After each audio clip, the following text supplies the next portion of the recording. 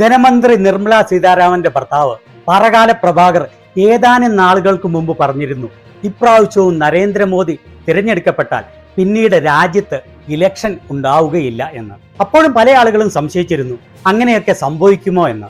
എന്നാൽ 2024 ഇലക്ഷൻ കഴിയുന്നതിന് മുൻപായി തന്നെ അതിന്റെ വ്യക്തമായ തെളിവ് ലഭിച്ചിരിക്കുകയാണ്. ഗുജറാത്തിലെ സൂറത്തിലാണ് എല്ലാ ജനാധിപത്യ വിശ്വാസികളെയും ആശങ്കയിലാഴ്ത്തുന്ന ഞെട്ടിപ്പിക്കുന്ന ഈ സംഭവം നടക്കുന്നത്. അവിടെ കോൺഗ്രസിന്റെ സ്ഥാനാർത്ഥിയായി നാമനിർദ്ദേശ പത്രിക സമർപ്പിച്ചത് നീലേഷ് കുംബാനിയായിരുന്നു. എന്നാൽ അദ്ദേഹത്തിന്റെ പത്രിക ഇലക്ഷൻ കമ്മീഷൻ തള്ളിക്കളഞ്ഞു. അതുമാത്രമല്ല, കോൺഗ്രസ് ഡമ്മി സ്ഥാനാർത്ഥിയായി പത്രിക സമർപ്പിച്ച സ്ഥാനാർത്ഥിയുടെ പത്രികയും മോദിയുടെ ഇലക്ഷൻ കമ്മീഷൻ തള്ളി. പിന്നെ അവിടെ BSPയുടെ ഉൾപ്പെടെ മറ്റു 8 സ്ഥാനാർത്ഥികൾ നാമനിർദ്ദേശ പത്രിക സമർപ്പിച്ചിരുന്നു. അവരെല്ലാവരും പൊടുന്നനെ നാമനിർദ്ദേശ പത്രിക പിൻവലിച്ചു. അവസാനം സൂറത്തിൽ BJPയുടെ സ്ഥാനാർത്ഥി മാത്രമായി. കൃത്യമായി പറഞ്ഞാൽ എതിർ സ്ഥാനാർത്ഥികളുടെ എല്ലാവരുടെയും പത്രിക തള്ളിയതിനാൽ മോദിയുടെ ഇലക്ഷൻ കമ്മീഷൻ BJPയുടെ മുകേഷ് ദലാൽ സൂറത്തിൽ നിന്ന് MP ആയി വിജയിച്ചതായി പ്രഖ്യാപിച്ചിരിക്കുകയാണ്. കോൺഗ്രസിന്റെ സ്ഥാനാർത്ഥികളുടെ പത്രിക തള്ളാനുള്ള കാരണം പറഞ്ഞത് നാമനിർദ്ദേശ പത്രികയിൽ സപ്പോർട്ടിംഗ് ആയി ഒപ്പുവെച്ചിരുന്നവർ ഇത് തങ്ങളുടെ ഒപ്പല്ല എന്ന് പറഞ്ഞു അത്രേ.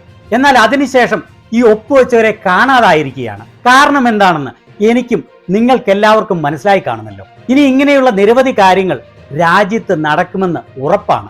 ഇപ്രാവശ്യവും മോദി പ്രധാനമന്ത്രിയായാൽ സൗത്ത് ഇന്ത്യയിൽ ഒഴികെ പല സ്ഥലങ്ങളിലും BJP സ്ഥാനാർത്ഥികളല്ലാതെ മറ്റാരും ഇനിയൊരു തെരഞ്ഞെടുപ്പ് നടന്നാൽ മത്സര രംഗത്ത് ഉണ്ടാകാനുള്ള സാധ്യത കുറവാണ്.